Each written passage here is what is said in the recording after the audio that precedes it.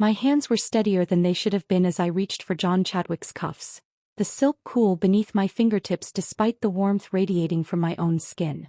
For months I'd worked in this estate. 4 months of night shifts in the medical wing, treating injuries that no human hospital could explain. But tonight was different. The entrance hall smelled of old parchment and nightshade, mixed with the faint metallic tang that always lingered around vampires. Not quite blood but close.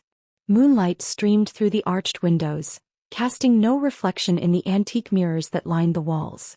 The chandelier above us was wrought iron and crystal, beautiful and cold, much like everything else in the Chadwick estate. Much like the man whose cuffs I was adjusting. "You're particularly efficient tonight, Miss Blossom," John said, his voice carrying that peculiar timbre that made the air itself feel heavier. Not a threat exactly. More like a reminder of what he was. At 300 years old, he moved with the unconscious grace of apex predators. Every gesture deliberate, controlled. His jaw was cleanly shaven, revealing the sharp angles of a face that could have been carved from marble. Beautiful in that unsettling way vampires often were, as if nature itself had given up trying to hide what they really were. "Just thorough, sir," I replied, smoothing the fabric of his sleeve. The cuff link, platinum with a blood-red ruby, caught the light as I fastened it. That's when I saw it through the window behind him. Tobias, the chauffeur who'd served the Chadwick family for 40 years, adjusting something inside his jacket. The gesture was subtle, practiced, but wrong.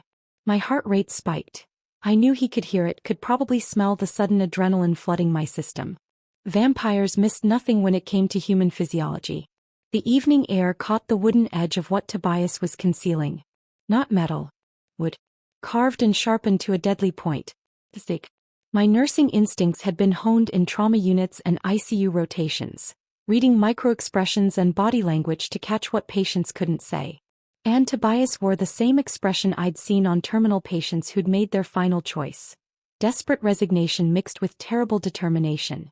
I kept my hands moving, adjusting John's other cuff with the same professional efficiency. Years in foster care had taught me how to mask panic, how to become invisible when necessary and bold when survival demanded it. "Your chauffeur has a stake," I whispered, my voice barely audible even in the silent hall. "Don't get in the car." John's entire body went still beneath my hands. Not the stillness of a living person holding their breath. The complete preternatural stillness of something that didn't need to breathe at all. His eyes, which had been merely watchful, turned to something ancient and lethal in an instant. "What did you say?" I didn't repeat myself. Instead, I stepped back smoothly, picked up the clothes brush from the console table, and ran it over his shoulders with practiced movements. To anyone watching, and I knew Tobias was watching, we were simply completing his evening routine. "Tobias," I said, my voice so low it was almost subaudible. "Inside jacket left side. Would not metal." He keeps looking at the car, then at his watch. Wrong body language for someone just waiting. John's jaw tightened almost imperceptibly. For a long moment he said nothing. I wondered if I'd just made a catastrophic mistake. Vampires didn't appreciate being told what to do by humans, especially not by 24-year-old nurses who'd only been employed here for a third of a year. "Isolde," he called out, his voice carrying that unmistakable edge of command that made even immortals move. A woman materialized from the shadows near the staircase. John's sister, head of estate security. She was tall, dark-haired, and moved with the same predatory grace as her brother. Her hand was already resting on something concealed at her hip.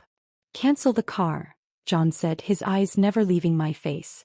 "Tell Tobias I've decided to remain on the estate tonight. Bring him to the study." Quietly. Isolde's expression didn't change, but something flickered in her ancient eyes. Understood. She vanished with supernatural speed, leaving only the faint displacement of air in her wake. "Wait in my private study," John said to me, his tone brooking no argument. "3rd floor, east wing. Don't leave. Don't speak to anyone. Do you understand?" I nodded, my mouth suddenly dry. The private study, not the formal office where he conducted business, but his personal sanctum. A room I'd never even seen, let alone entered. As I climbed the curved staircase, my footsteps silent on the Persian runner, I could feel his gaze following me. The study would smell of old books and whatever vampires drank when they wanted something stronger than blood. It would be filled with centuries of accumulated history, artifacts from a lifespan that made my 24 years feel like a heartbeat. And I was about to enter that space because I'd dared to whisper a warning. The private study was exactly as I'd imagined and nothing like it at the same time. Floor-to-ceiling bookshelves lined 3 walls, filled with volumes that looked older than most countries. A massive desk dominated the center of the room, its surface scattered with documents written in languages I couldn't read. The 4th wall was entirely glass, offering a view of the estate grounds bathed in moonlight. Everything here whispered of centuries, of power accumulated slowly and wielded precisely. I stood near the door, afraid to touch anything, my nurse's uniform feeling suddenly shabby against such opulence. 20 minutes passed. Then 30. I counted my breaths to stay calm, a technique from my ICU days when patients were coding and panic was a luxury no one could afford. When the door finally opened, John entered with Isolde at his shoulder. His expression was unreadable, but something had changed in the set of his shoulders, a tension that hadn't been there before. Tobias confirmed everything, he said without preamble. Gregor Ashford paid him $50,000 to drive me into an ambush tonight. Vampires would be waiting at the bridge crossing with Ashwood stakes and UV flash grenades. Enough firepower to ensure permanent death. My legs felt suddenly unsteady. Permanent death. Not the temporary deaths vampires could recover from, but true annihilation. Because I'd noticed wrong body language, a man who'd lived 3 centuries had avoided being erased from existence. Why? I managed to ask. Why would Tobias? Gregor threatened his granddaughter, Isolde cut in, her voice cold as winter steel. 8 years old. Human. Living in the city with Tobias's daughter. Gregor's people sent him photos of her walking to school, playing in the park. The message was clear. John moved to stand before me, close enough that I could see the faint shimmer in his eyes. Not quite a glow, but something otherworldly that betrayed his nature. You saved my life tonight, Sabrina. You saw what 40 years of loyalty and vampire senses missed. I need to understand why. I'm a nurse, I said, forcing my voice steady. Reading people is part of the job. Microexpressions, body language, the way someone holds themselves when they're hiding pain or lying or, I paused, or when they've accepted that they're about to do something terrible. He studied me with an intensity that made my skin prickle. Tell me about yourself. Your file says you grew up in foster care after your parents died. 7 different homes between ages 8 and 18. Nursing school on scholarship. Top of your class in trauma assessment. The clinical recitation of my life felt strange in his accent, which carried hints of centuries past. You read my employment file. I read everyone's file. But files don't tell me what I need to know. He circled me slowly, not touching but close enough that I could feel the unnatural cold that radiated from his skin. What made you speak up? Most humans would have stayed silent, afraid of overstepping with an employer they barely know. Especially an employer like me.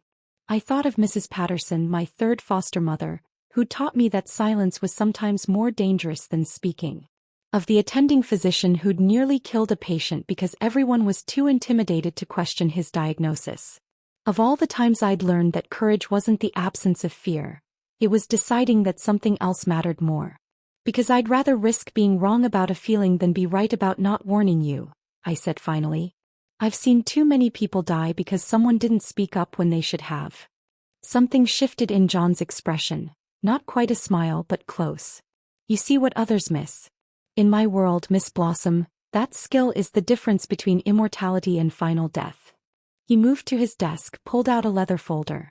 I'm offering you a position as my personal blood consultant and medical advisor. $10,000 per week. Quarters in the main residence tower.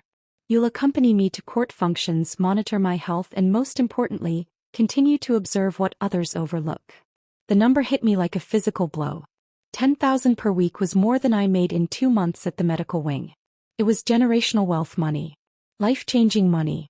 It was also exponentially more dangerous. I accept, I heard myself say. John's eyes gleamed with something that might have been approval. Isolde will show you to your new quarters.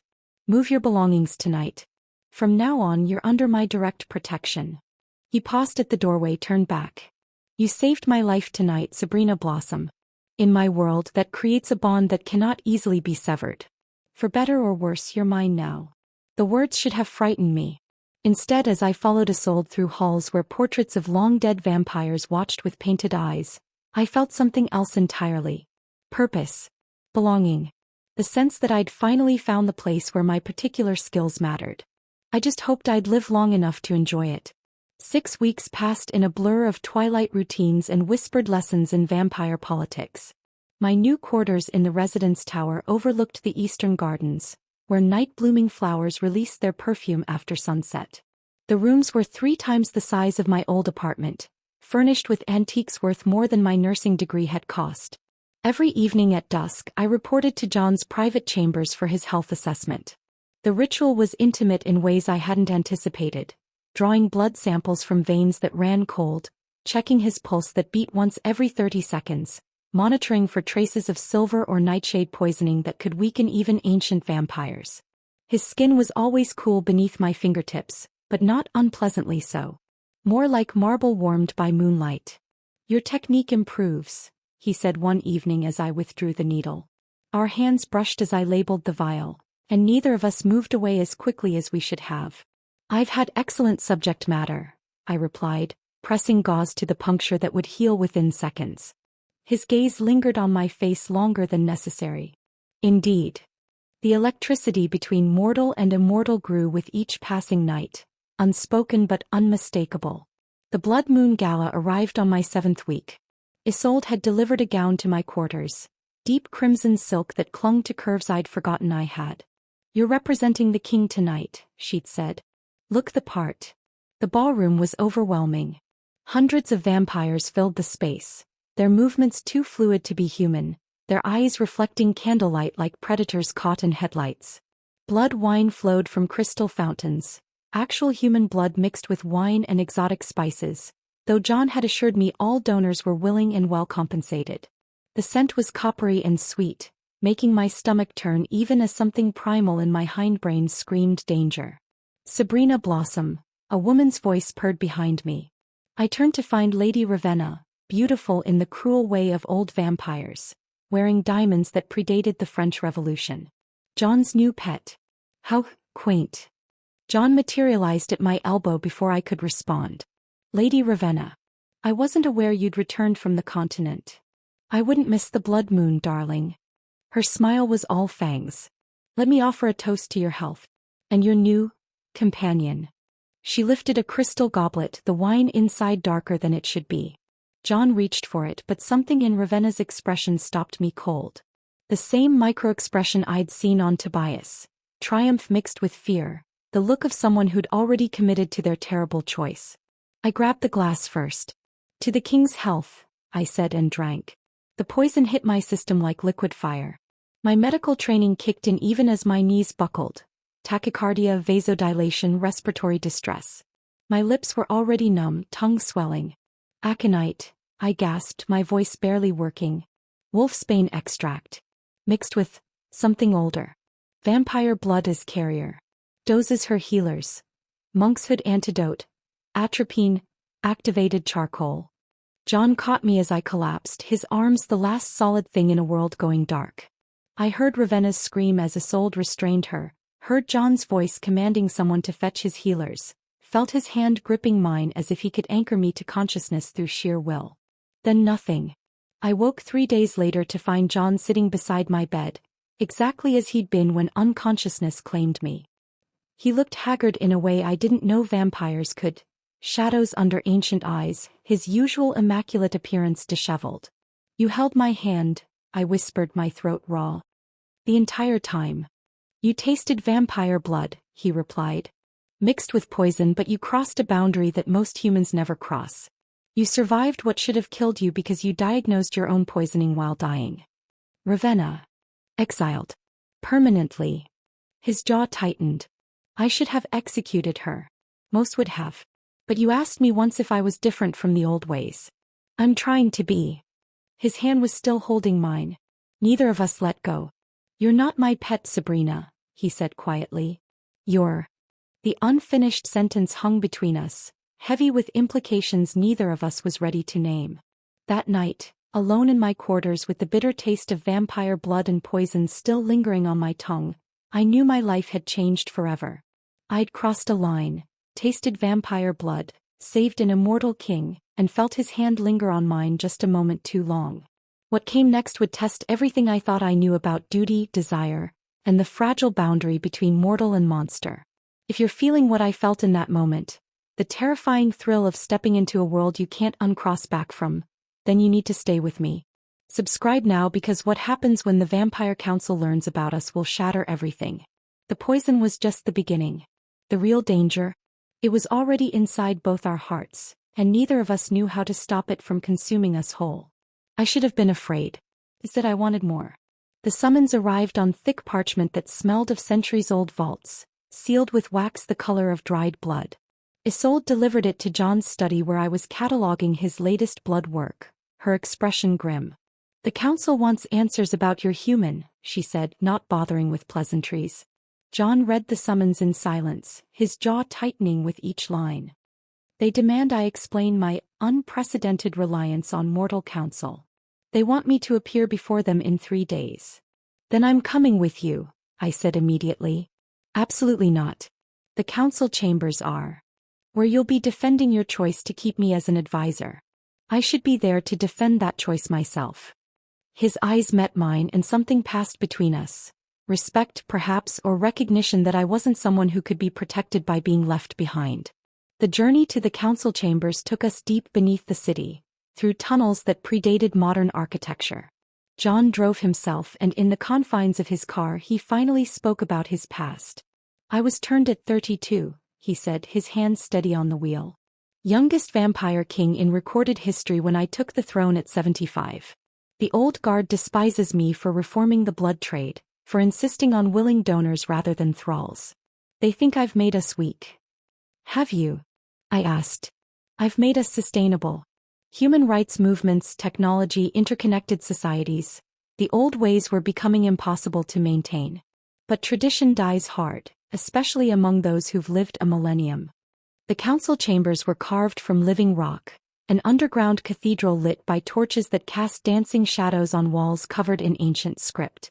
7 vampires sat in judgment, so old their skin had taken on a translucent quality, their eyes holding the weight of empires risen and fallen. John Chadwick, the eldest, spoke, her voice like wind through dead leaves. "You stand accused of allowing human influence to corrupt your judgment. Explain this, companion." "Sabrina Blossom is my medical consultant and advisor," John replied, his voice echoing in the vast space. "She saved my life twice in 3 months. How many of your advisors can say the same?" "Humans are food or servants," another council member interjected. "Never equals. Never advisors. You've grown weak, King Chadwick." "She's a liability," a third added. "A mortal studying our physiology, learning our vulnerabilities. It's dangerous." I stepped forward before John could stop me. "Understanding vampire physiology makes me more effective at protecting him, not less. Human medical innovation advances every year. Treatments for blood disorders, toxicology, cellular regeneration. Vampires are immortal, not invincible. You need perspectives beyond your own to survive in a changing world." The silence that followed was deafening. 7 pairs of ancient eyes fixed on me with an intensity that made my survival instincts scream. Finally, the eldest vampire spoke. "You have courage, mortal. Foolish courage, perhaps, but courage nonetheless." She turned to John.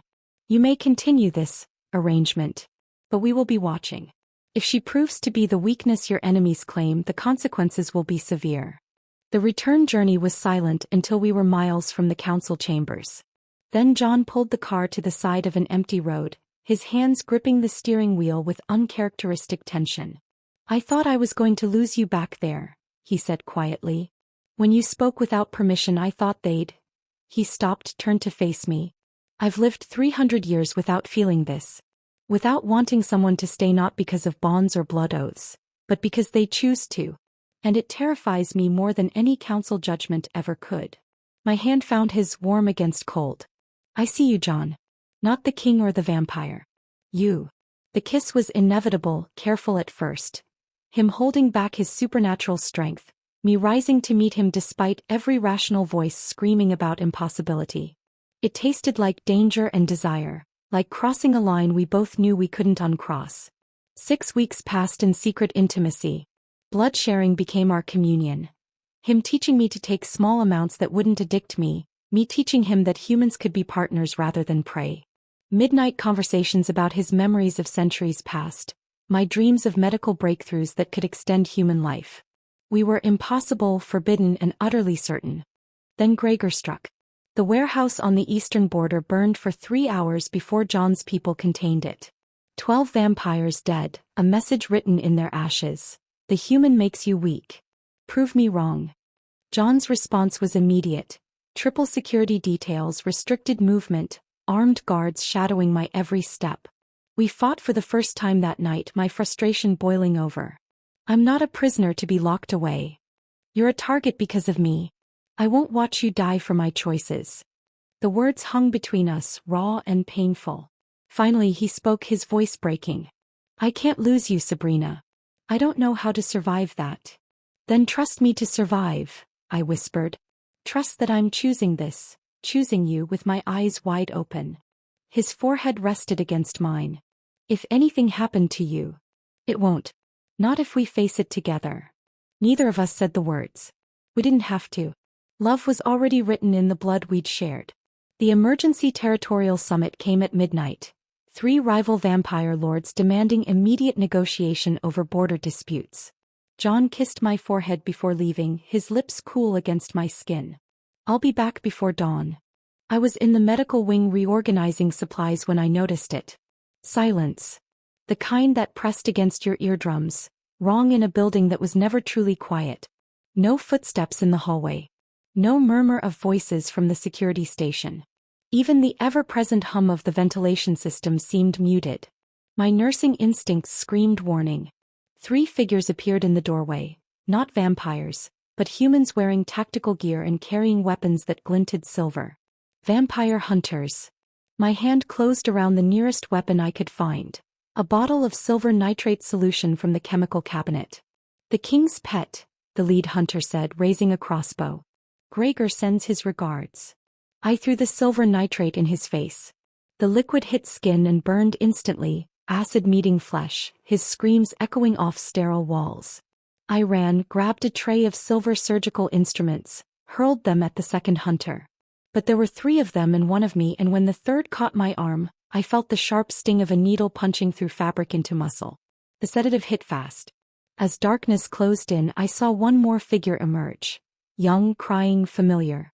Tobias's granddaughter, the 8-year-old held hostage. She was mouthing, "I'm sorry," as they carried me out. I woke to the smell of decay and ancient stone. The cathedral ruins stretched above me, open to the night sky through a collapsed roof.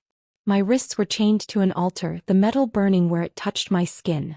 Silver meant for vampires but painful enough for humans. Holy ground. Consecrated earth that would weaken even the strongest vampire who tried to enter. Awake are we? The voice came from the shadows, cultured and old. Gregor Ashford stepped into moonlight, tall, aristocratic, with the kind of beauty that came from centuries of feeding on human blood. The little nurse who's corrupted our youngest king. Tell me, do you understand what you've done? Saved his life. Twice, I replied, testing the chains. Thought. Medieval-grade iron beneath the silver coating. You've made him weak. Gregor circled me like a predator studying prey. John Chadwick was a force of nature before you. Now he hesitates, shows mercy, reforms traditions that have stood for millennia. All because a human convinced him we could be civilized. The word dripped with contempt. I'm going to turn you into a mindless ghoul and parade you before him. Let him see what becomes of humans who dare rise above their station. Ghoul transformation requires corrupted blood and 3 days of torture. I said clinically, my medical knowledge buying time. You'll have to keep me alive that long. John will find me first. Let him try. Holy ground, 30 of my best warriors surrounding us. If he comes for you, he dies. Either way, I win. But John came anyway. I felt him before I saw him. The blood bond we'd forged through weeks of sharing pulling taut like a wire stretched to breaking. He appeared at the cathedral's edge, Isolde and a dozen of his guard behind him, all of them visibly weakened by the consecrated ground. Release her, Gregor. Make me boy king. Take my crown. John said, stepping forward despite the holy ground burning him. Take my territories, take my life. Just let her go unharmed. No, I screamed. You don't get to sacrifice yourself for me again. An idea formed, desperate and dangerous. Wait, I called out. Gregor, what if I prove you wrong? What if I willingly transform and prove that human strength makes vampires stronger, not weaker? Gregor's eyes lit with malicious interest. You choose to become what you are not to prove a point? Yes. He approached, fangs extending. But as he reached for my throat, I heard it, the whistle of crossbow bolts, the crash of bodies breaching the perimeter. Isolde's elite guard using the distraction I'd created. Chaos erupted. Vampire against vampire, holy ground neutralizing powers, making it a fight of skill rather than supernatural strength. In the confusion, my chains broke. Someone had cut the locks. I grabbed a broken piece of the altar, ashwood blessed by centuries of prayer, sharp as any stake. Gregor turned toward me, surprised I was free. That moment of hesitation was all I needed. The stake slid between his ribs with the precision of 1,004 insertions. Nurse's hands, killer's intent. I knew exactly where a vampire's heart sat, exactly the angle required for permanent death. You underestimated the human, I whispered. Gregor's eyes widened in shock before he crumbled to ash, centuries of existence reduced to dust coating my hands and clothes. John stood across the burning cathedral, relief warring with something else in his ancient eyes. Not fear of Gregor. Fear of me, of what I'd just become. The air shimmered and 7 figures materialized. The Vampire Council, drawn by the death of an ancient lord. John Chadwick, the eldest, spoke. You allowed a human to execute a vampire lord. This demands trial. The stake slid between his ribs with the precision of 1,004 insertions. Nurse's hands, killer's intent. Gregor's eyes widened in shock as I whispered, you underestimated the human. He crumbled to ash and I stood there covered in vampire dust, no longer the woman who'd adjusted cuffs and whispered warnings. I was something new. Something dangerous. John's eyes met mine across the burning cathedral and I saw it. He was terrified. Not of Gregor. Of losing me to the darkness I'd just embraced. If you need to know whether love survives when you become the monster to save your monster, then hit subscribe right now. Because the Vampire Council is coming and they're going to make us choose. Our love or our lives. And the answer I give will determine not just our fate, but the future of every human who's ever dared to love something immortal. I'd killed to save him. Now I had to become something even more dangerous to keep him. The trial period lasted 3 months. Public hearings where younger vampire lords questioned John's every decision, testing whether killing Gregor had made him stronger or exposed fatal weakness. I sat beside him at each hearing, no longer hidden as a medical consultant but acknowledged as the human who'd executed an ancient vampire lord. Some saw me as his greatest liability. Others, grudgingly, as proof that his reforms had teeth. You kept a human close and she killed an 800-year-old vampire, Lord Henrik observed during one particularly tense session. That's either brilliant strategy or catastrophic luck. It's neither, John replied. It's trust. On the 93rd night, in the privacy of his chambers, we finally spoke about what we'd been avoiding. The council will demand a decision soon, John said, not meeting my eyes. About us. About what happens next. Then turn me. His head snapped up. No. I won't steal your mortality, Sabrina. Your human life is precious. I'm not choosing immortality to be with you, I interrupted. I'm choosing it to stand beside you as an equal. There's a difference. I took his cold hands in my warm ones. But I have terms. Full consent, 3 nights of ritual like the old texts describe, and I want to document it scientifically first. If I'm going to be transformed, I'm going to understand exactly what's happening to my body. Something like wonder crossed his ancient face. Only you would approach vampirism as a medical study. I'm a nurse. It's what I do. The turning ritual began on the new moon. 3 nights of shared blood, each exchange deeper than the last. The first night I tasted his immortality, centuries of memory flooding my system like a drug. The second night my body began to die, human systems shutting down one by one as I documented each symptom with clinical detachment. The third night I died completely. Death felt like drowning in honey, slow, sweet, suffocating. Then John's blood hit my lifeless tongue and everything ignited. Rebirth was agony and ecstasy, every cell reconstructing itself, human fragility giving way to supernatural strength. I woke with senses that could hear heartbeats 3 rooms away, see in absolute darkness, smell the copper sweetness of blood through walls. The hunger came immediately, overwhelming and primal. John guided me through it, his voice steady even as I fought the urge to hunt, to feed, to satisfy the craving that threatened to consume rational thought. Breathe. You're still you. The hunger doesn't control you, you control it. Slowly, impossibly, my medical training reasserted itself. Most new vampires lost cognitive function for weeks, operating on pure instinct. But I could still think, still analyze, still recognize that I was experiencing textbook fledgling transformation with unprecedented retention of higher brain function.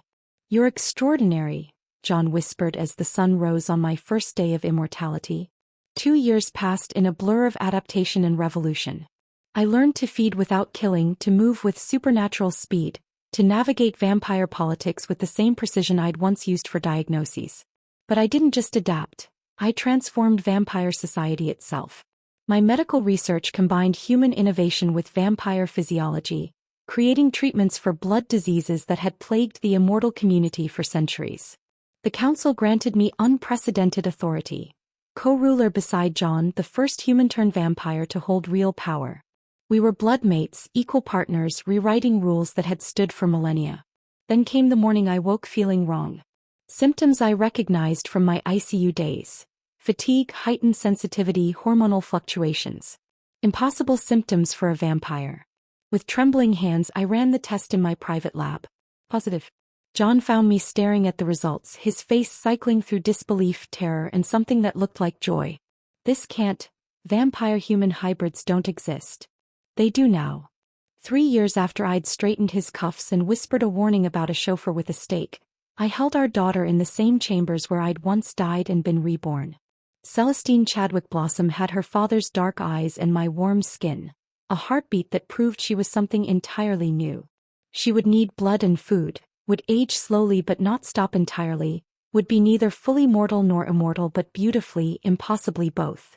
John held her with hands that had seen 3 centuries of violence, tears streaming down his face. Mortal tears he shouldn't be able to cry. Later we stood on the balcony overlooking territories we now ruled together.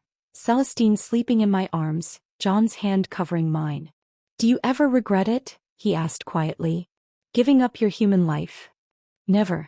I didn't give it up, I transformed it into something better." I stared at the impossible. Positive. Vampire-human hybrids didn't exist. Couldn't exist. The medical texts I'd studied for years were clear. Yet here I was 2 years transformed with John's child growing inside me. A miracle or a curse depending on who you asked. But as John's hand covered mine over my still flat stomach, his ancient eyes bright with tears he hadn't shed in 300 years, I knew the truth. We hadn't just broken the rules. We'd rewritten them entirely. If you've stayed with me from that first whispered warning to this impossible miracle, then you know our story isn't over. It's just beginning. Subscribe and follow me into the final chapter, because bringing a hybrid child into a world that wants her dead will require every ounce of the courage that started with, "Don't get in the car." Our daughter deserves a world where love doesn't have to choose between mortal and immortal. And I'm going to give it to her no matter who I have to become. 3 years ago I'd straightened his cuffs and whispered a warning. Tonight I held our daughter and whispered a promise. You'll never have to choose between mortal and immortal, human and monster. You'll be something new. Something better. Because your father and I already rewrote the rules.